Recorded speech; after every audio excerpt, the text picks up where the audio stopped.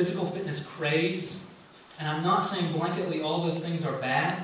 My wife wears makeup, and she's really pretty. And we work out, and we have a good time. But I'm saying, I think you see this sense that we want to prolong life.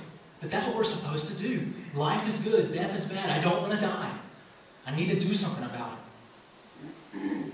So let's see how this plays out in Jesus. Look again at verse 33. In chapter 11. When Jesus saw Mary weeping, and the Jews who had come with her also weeping, he was deeply moved in his spirit and greatly troubled. And then again in verse 35, Jesus wept. And then again in verse 38, then Jesus, deeply moved again, came to the tomb. So you see that phrase used a couple of times, deeply moved and greatly troubled, describing Jesus' reaction to the death of Lazarus. But I think that word's not as helpful as it could be. I'm going to quote to you from the ESV Study Bible about this word deeply moved or greatly troubled.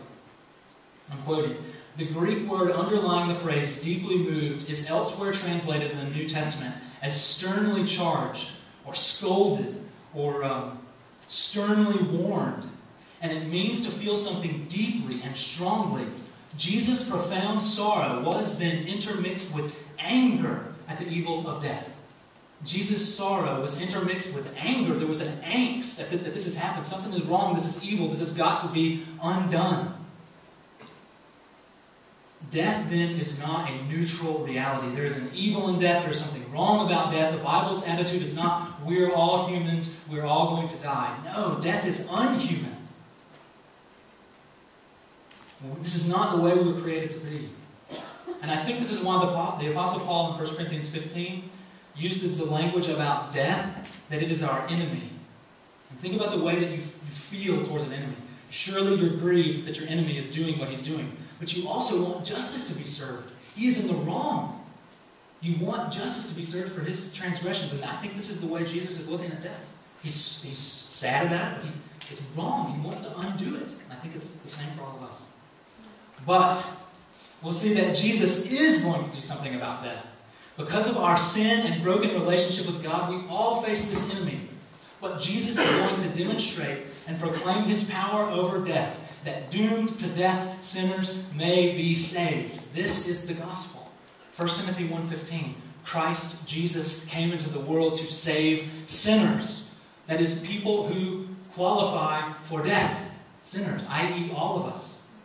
And John 3:16, this is the gospel.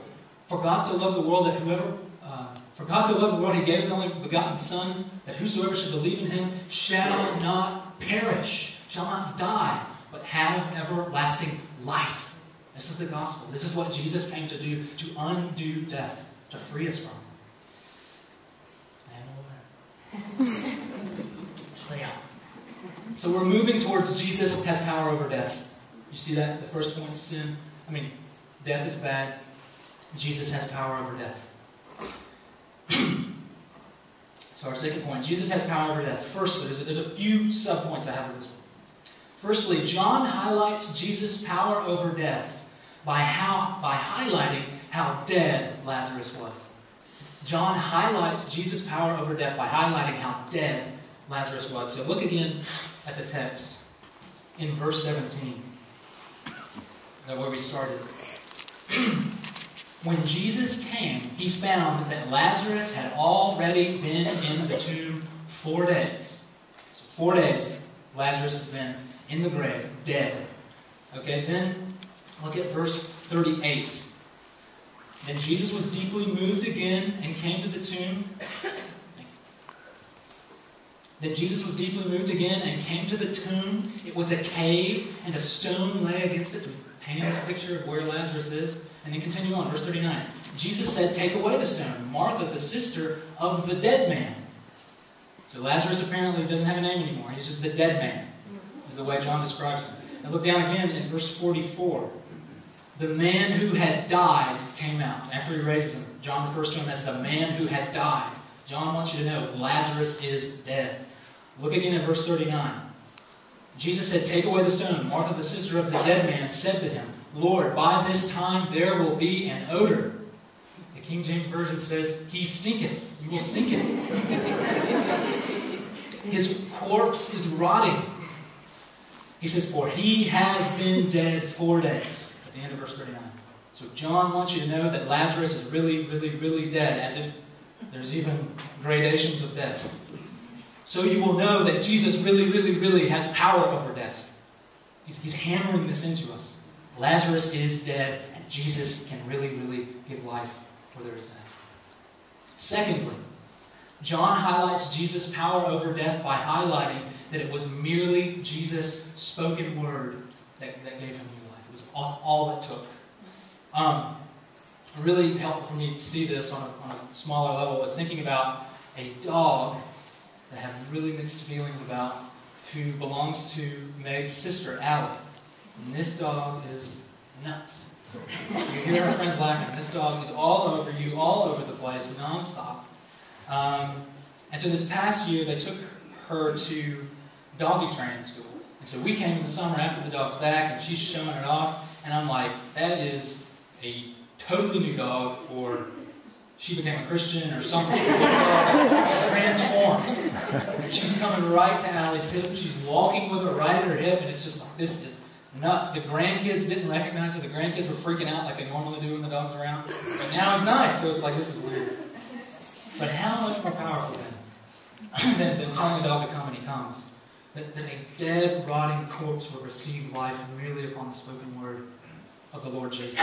So John is letting us know Jesus has power over death, and that all it took was his spoken word, and there was life. So Lazarus is really dead. All it took was Jesus' words to bring life. And then the third subpoint to Jesus has power over death. This is a little longer. What is the real purpose of Jesus doing this? Is Jesus doing miracles for the sake of miracles to show off, or what's going on? Look at verse 47. The reason I read a little bit further is because I wanted us to read this word. In verse 47, I think this gets to what Jesus' miracle is really all about.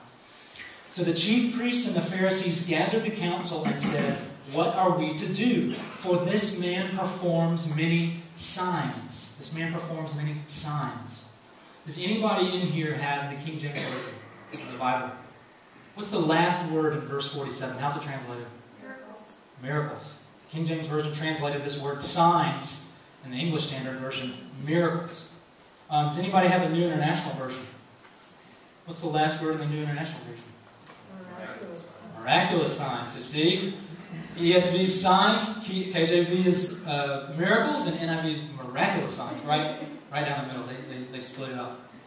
But when the New King James came out and they updated this version, they changed it back to signs. And this is a word that is used 14 times, to my count, in the Gospel of John to describe Jesus' miracles. They're signs. They're not just miracles for the sake of themselves. They're signs. They're pointing to something else. That's what signs do. They say, go this way. Don't do that. Look out. Whatever. They point to something else. They're not good in and of themselves. So what is this particular sign, then, that Jesus is performing? What is it pointing to? It is, as we've already said, it's pointing to the fact that as the Messiah, as God's promised rescuer, Jesus would accomplish victory over death. He would have power over death for God's people. Look at Jesus, how he will say this explicitly in verse 24. Verse 24, and 5. Martha said to him, I know that he will rise again in the resurrection